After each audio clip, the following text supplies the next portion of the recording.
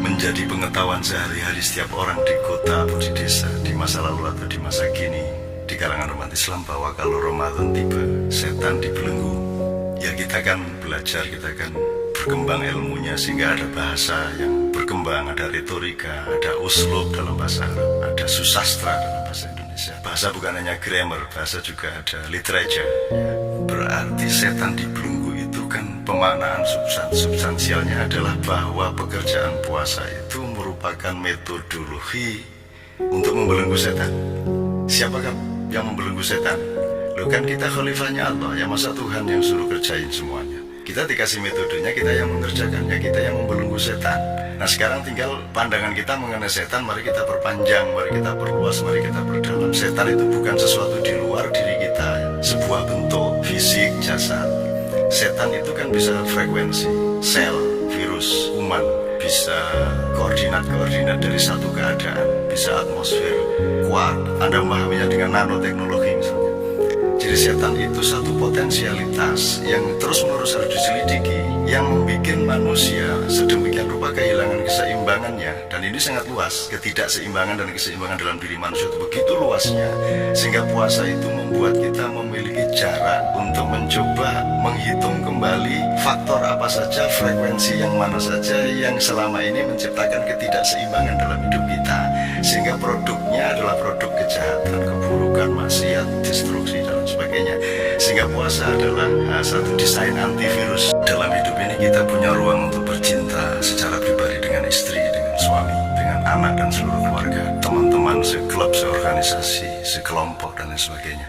Semua kejadian dalam hidup adalah ruang-ruang percintaan, sampai cinta sebangsa dan lain sebagainya. Nah puasa adalah satu peluang yang luar biasa di mana seorang individu memiliki peluang untuk bercinta dengan Allah SWT.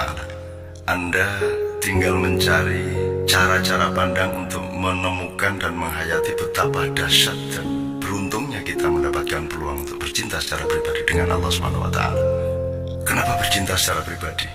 Allah mengatakan puasa itu milikku dan aku yang akan menyediakan balasan-balasan untuk orang yang bercinta denganku. Karena memang tidak mungkin puasa itu tidak private, karena tidak seorang pun tahu kita berpuasa atau tidak. Kita bisa curi-curi minum di mana-mana. Kita juga tidak bisa mengawasi bapak kita, istri kita, anak kita, saudara kita, siapapun. Kita juga bisa berbuka puasa bersama dengan orang-orang yang kita tidak bisa cek mereka berpuasa atau tidak. Oleh karena itu, ini benar-benar sebuah ruang di mana kita berhadapan langsung secara pribadi dengan Allah SWT. Dan tinggal Anda punya ilmu nggak untuk memanfaatkan itu semua. Kalau Anda bercinta suami istri, berarti ada take and give 50-50. Tapi kalau dengan Allah kan tidak mungkin 50-50. Pasti Anda hanya akan ngasih paling banyak 10%. Tetapi Allah yang lebih memiliki kekayaan dan keluasan ruang untuk memberi kita 90%. Jadi barang siapa tidak memanfaatkan peluang percintaan pribadi dengan Allah ini, dia harus mengulang cara berpikir hidupnya. Puasa Ramadan itu kan pembelajaran, juga zikir. Pembelajaran itu artinya kita mencoba merekapitulasi kembali desain nilai puasa itu apa sebenarnya dalam hidup. Atau laboratorium kita berlatih kembali untuk berpuasa, supaya di dalam aplikasi kehidupan kita yang bermacam-macam, kita tetap setia kepada prinsip puasa. Kalau dalam ilmu kedokteran, itu namanya dosis. Orang menentukan dosis itu berdasarkan batas kesehatan. Overdosis menjadi tidak sehat, underdosis menjadi tidak sehat. Dan untuk menentukan batas dosis itu namanya puasa. Rasulullah itu hanya makan ketika lapar dan berhenti makan sebelum kenyang. Jangan dipikir itu ilmu tentang makan, itu juga ilmu tentang puasa. Jangan dipikir ilmu tentang cahaya itu hanya ilmu tentang cahaya. Ilmu tentang cahaya adalah ilmu tentang kegelapan. Ilmu tentang kegelapan adalah ilmu tentang cahaya, karena Anda tidak mungkin memahami cahaya tanpa memahami kegelapan. Dan sebaliknya, tidak mungkin Anda memahami kegelapan tanpa memahami cahaya. Maka Rasulullah hanya makan ketika lapar.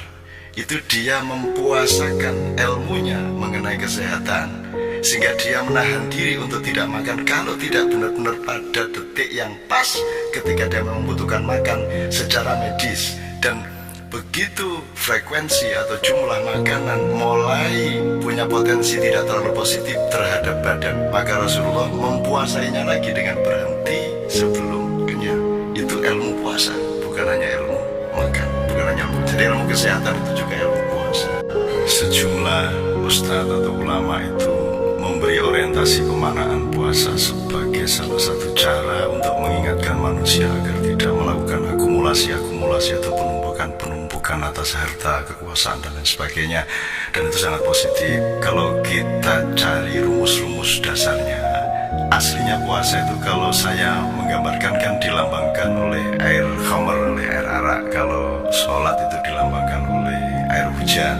Puasa itu khamar, ada peragian rohani, jiwa menjadi lembut, hati menjadi lembut dan sebagainya, sehingga kita hanya mensisakan diri hanya pada faktor-faktor yang penuh cinta saja kepada Allah dan alam semesta. Nah terus kalau zakat itu adalah air susu, di mana tidak ada kambing yang menyusu susunya sendiri. Kambing itu selalu menyediakan puting susunya untuk diperah oleh faktor-faktor lain, oleh makhluk yang lain, oleh anaknya atau oleh kambing-kambing yang lain atau oleh pemilik kambing. Sehingga kalau kita berpuasa itu sesungguhnya kita sedang melatih diri untuk menemukan kenikmatan untuk tidak kaya. Karena orang sangat tidak percaya kepada ketidakpunyaan, orang sangat tidak percaya kepada kemiskinan, orang sangat tidak percaya kepada tidak makan. Padahal tidak makan itu kadang-kadang pada momentum itu lebih sehat daripada makan. Sehingga sebenarnya puasa ini benar-benar sangat menjadi pelajaran, tidak hanya untuk kehidupan individu di dalam mengolah hidupnya, tapi juga untuk mengambil policy di dalam urusan pasar modal, di dalam urusan aplikasi-aplikasi pembangunan dan lain sebagainya.